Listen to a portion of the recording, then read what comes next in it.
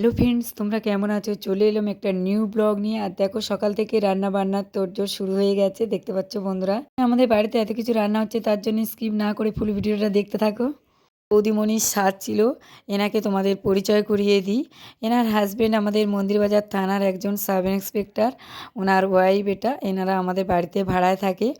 আর এনার যেহেতু 7 মাসের প্রেগনেন্সি, ওনার বাড়ি থেকে বড় করে স্বাদের অনুষ্ঠান করা হয়েছে। আর এখন আমাদের বাড়িতে বন্ধুরা, আমি আমার শাশুড়ি মা আর আমাদের পাশের বাড়ি কাকু কাকিমা, ওনার বৌমা, আমরা সবাই মিলে এই ছোট্ট করে স্বাদের অনুষ্ঠান আমরা এই বৌদিমণির জন্যে করেছি। আর দেখতে পাচ্ছ এখন বৌদিমণিকে খেতে দেওয়া হয়েছে আর খেতে বসেছে, দেখো। আর সব কিছু এইভাবে আমরা সাজিয়ে গুছিয়ে ধরে দিয়েছি।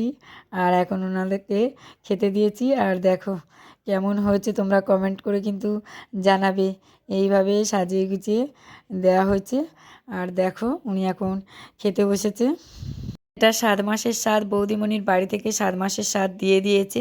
এখন উনি 9 মাসের স্বাদ খেতে বাপের বাড়ি যাবে। আর আমাদের এখান থেকে ছোট্ট করে স্বাদের অনুষ্ঠান করা হয়েছে। আমরা তো সবাই মিলে বসে এইভাবে গল্পগুজব করছি, ভীষণ মজা করছি। চলো, এদিকে বৌদিমণি খেতে দেওয়া হয়ে গেছে, বাকি সবাই খাওয়া দাওয়া করে নিয়েছে। এখন আমরা খাবো, খাওয়া দাওয়া করবো। যাই হোক, উপরে চলে এসেছি আমরা খাওয়া দাওয়া করতে।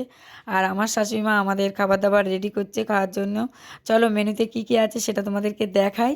এতে ছিল 7 রকমের ভাজা, ডাল, মাছের কালিয়া, চিংড়ি পুঁইশাক দিয়ে একটা ঘন্ট, আর এদিকে চাটনি, পাঁপড়, দই, মিষ্টি। যেহেতু আমাদের স্বাদে মাংস হয় না, তোমাদের যদি কারোর হয় সেটাও কমেন্ট করে জানাবে। এটাই ছিল আমাদের আজকের দুপুরের মেনু। এগুলোই স্বাদের খাবার। আর ভিডিওটা কেমন লাগলো কমেন্ট করে জানাও বন্ধুরা।